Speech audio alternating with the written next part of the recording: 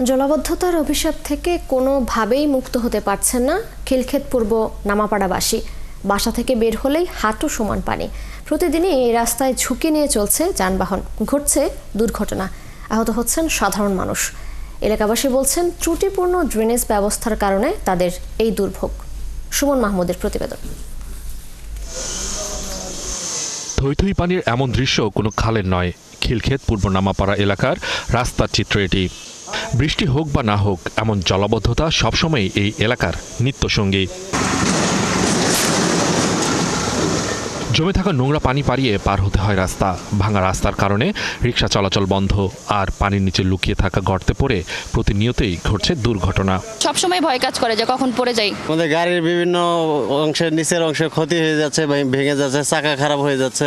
দেখা যায় ঠিক মতো ক্লাসে যেতে পারে না, স্কুলে যেতে পারে না, টিউশন থাকে যেতে পারে না। ম্যাক্সিমাম এরকম অনেক অকারেন্স হয়েছে যে অটো একটু কাত হয়ে গাড়ির উপরে পড়ে গেছে, বাইকে একটা ধাক্কা দিয়ে ফেলে দিচ্ছে। রাস্তার আশেপাশের দোকানপাটগুলো বন্ধ হবার উপক্রম। গেল কয়েক মাস ধরে বেচা বিক্রি নেই বললেই চলে। দোকান থেকে লাভ করা তো দূরের কথা, বরং পুঁজি ভেঙে খাচ্ছেন অনেক ব্যবসায়ী। গত 3 মাস ধরে আমাদের বিক্রি তো হচ্ছেই না, এবং কি দোকানের যে ভাড়া আছে, ভাড়াটা আমাদের নিজের পকেট থেকে দিতে হচ্ছে।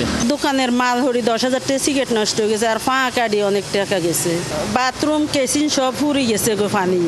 ভিতরে বাসায় তো পানি ঢুকি যায়, গলিতে থাকুন যান না। রাস্তার আশেপাশের বাড়িগুলো থেকে গত কয়েক মাসে অনেক ভাড়াটিয়া চলে গেছেন বাড়ি ছেড়ে। আমগো বাসা তো একজন গেছে, আরো একজন যাইব গই। এই পানির লেবুলে থাকেন না কেউ। এই রাস্তাটাই আমাদের জন্য একমাত্র অবলম্বন, অথচ এই রাস্তাটার অবস্থা এতটাই খারাপ যে আমরা গাড়ি নিয়ে চলতে খুব ভয়ের মধ্যে থাকি। অনেক গাড়ি এখানে চাকা ভেঙে পর্যন্ত এখানে পড়েছিল। উত্তর সিটি কর্পোরেশনকে জানানোর পরও কোনো সমাধান না হওয়ায় নিজেরাই ইট ফেলে কোনো রকম চলাচলের ব্যবস্থা করছেন এলাকাবাসী।